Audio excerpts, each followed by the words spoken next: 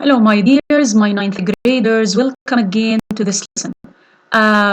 In this lesson, we will continue the last page of the story of God Sees the Truth But Waits, part 2. So we have finished so far page 179 and 180. Now we will continue with the last page 181, part 2.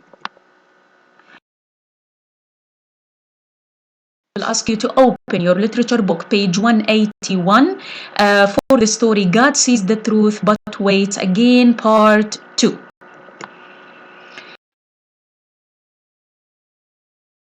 Usual, then we will start explaining the vocabularies that you can see, and we will focus on the most important questions. So listen carefully, please. Have you heard of them? They were merchants in Vladimir. Are they still alive? Have I heard of them? Of course I have.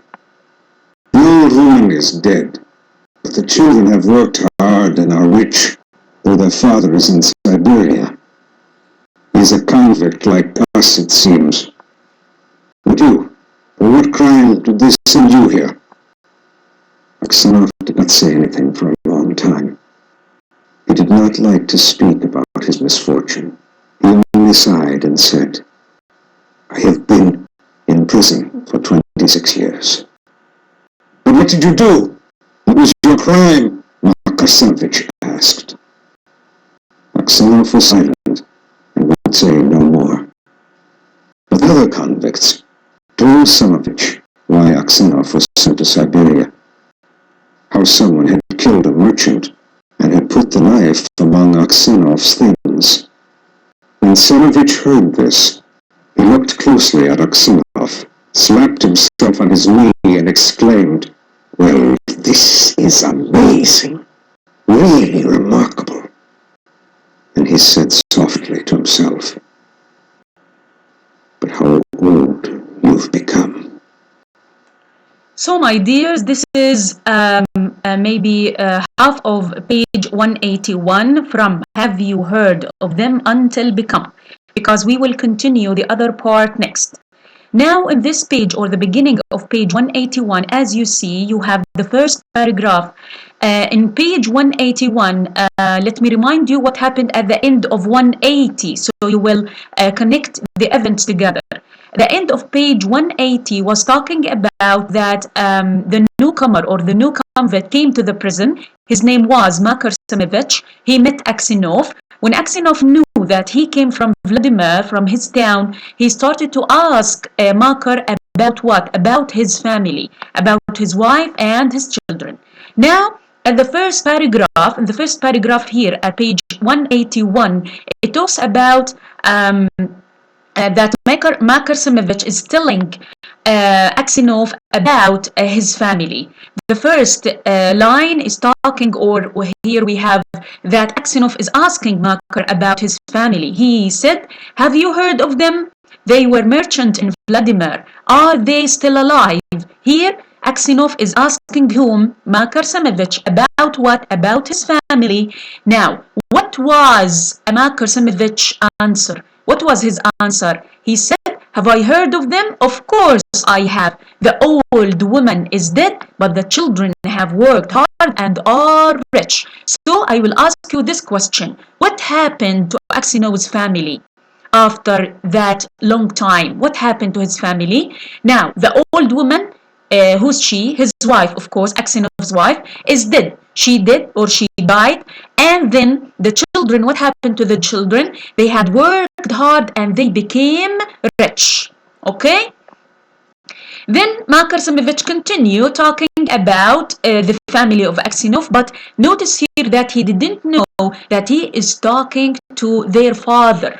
He is talking to their father. He said, though their father is in Siberia, he is a convict like us. It seems, but you, for what crime did you send, or did they send you here? So here Makar Samovich is asking Aksinov about his crime.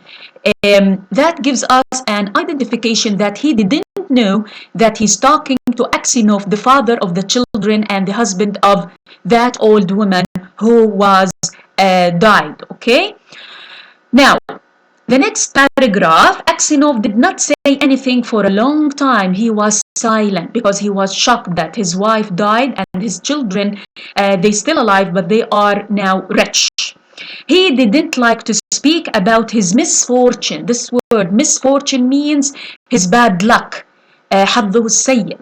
So he was in a very bad luck, or he had very bad luck. He only sighed and said, he did the movement that, yes, and that he was so much surprised and tired. I have been in prison for 26 years. But what did you do? What was your crime? A crime, it means the thing that brought you here. Makar Semevich asked. Now, what do you think? What did Aksinov answer Makar about the crime that he did? Aksinov was silent and would say no more, but the other convicts told Semevich why Aksinov was sent to Siberia. So Aksinov didn't answer Makar, who answered instead of him. The other convicts or the other prisoners told Makar that he came because of what happened with the crime of that he killed, or he was accused of killing the merchant and stealing his money, and that someone put a knife among Aksinov's things, or Aksinov's luggage. The last paragraph, when Semevich heard this, he looked closely to Aksinov, slapped himself on his knee, and exclaimed, well, this is amazing, really remarkable. It means that he was so much excited. At this point, Makar was so much excited when he heard his story. Why do you think that? Think. Now, yes, maybe he knew something about the crime, or he knew anything about the killer or the thief that stole the merchant's money and the one who killed him. Then he said softly to himself, but how old you have become? Here Makar is asking whom? Semevich, Makar is asking Aksinov. Makar Semevich is asking Aksinov about his age. How old have you become? Now you are here for 26 years. Yes, and how old have you become for after that long period of time? Now, my dears, we will continue with the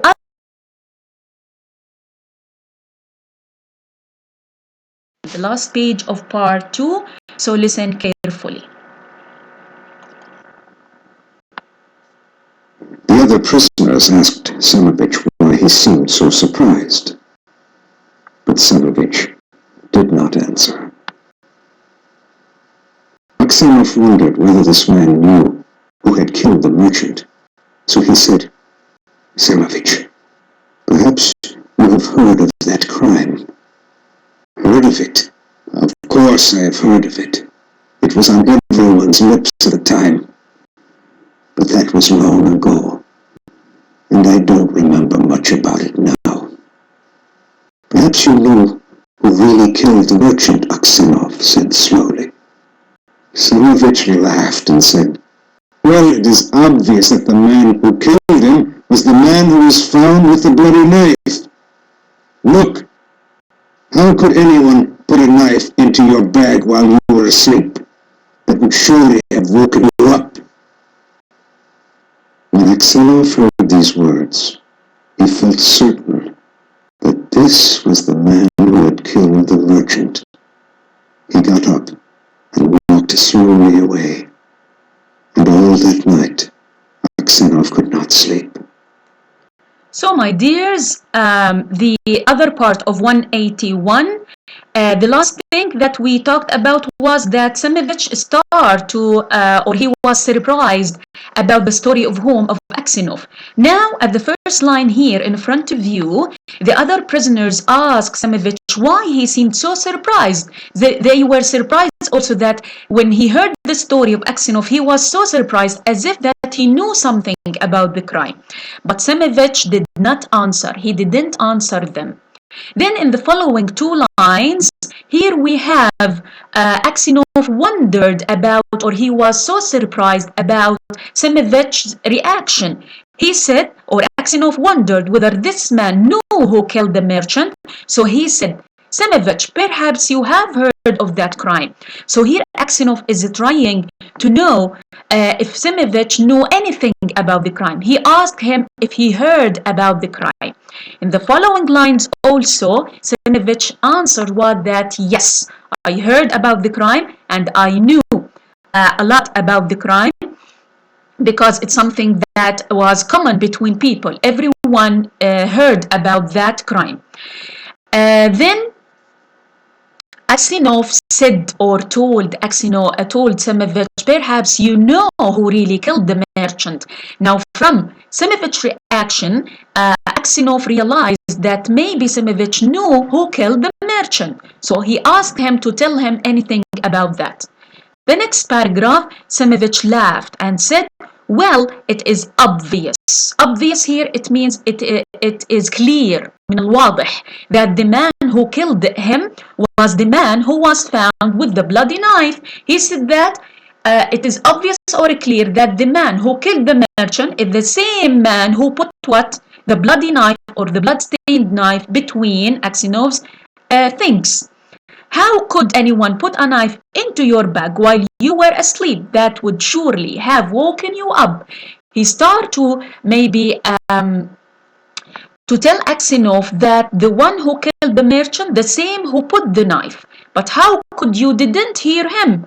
You were asleep, but you could hear him and that would woken you up. كان هذا الشيء أيقظك, or you heard who put the knife between your luggage.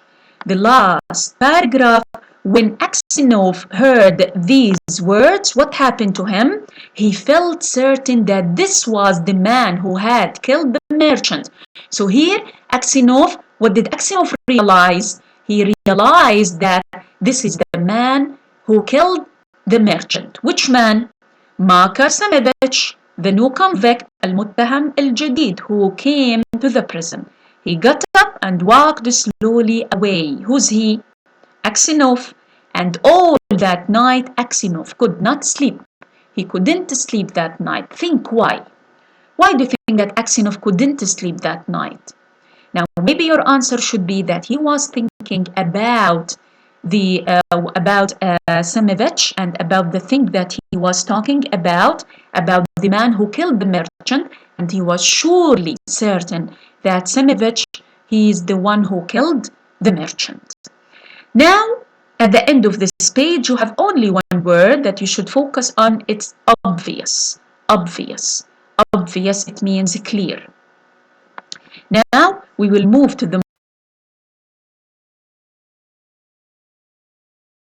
here for this page for literature study sheet 3. Of course, you have other questions in your literature book, but here we have the most important question here in this page was, what had happened to Aksinov's wife and children? You should answer it without looking. You should say that his wife was dead and the children had worked hard and they became rich. So his wife was dead and the children had worked hard and they became rich. So my dears, this is the end of page 181, and by this we end part 2 of God Sees the Truth But Waits. You should, first of all, listen to part 2 again from the record I have already put in this video, and you will have to memorize the vocabularies and the questions. Again, I will send part 2 to you this week, inshallah, start from Sunday. You will see that you have the whole vocabularies and also the whole questions I introduced in this lesson. So I hope you study well and see you soon, inshallah. Thank you. Bye-bye.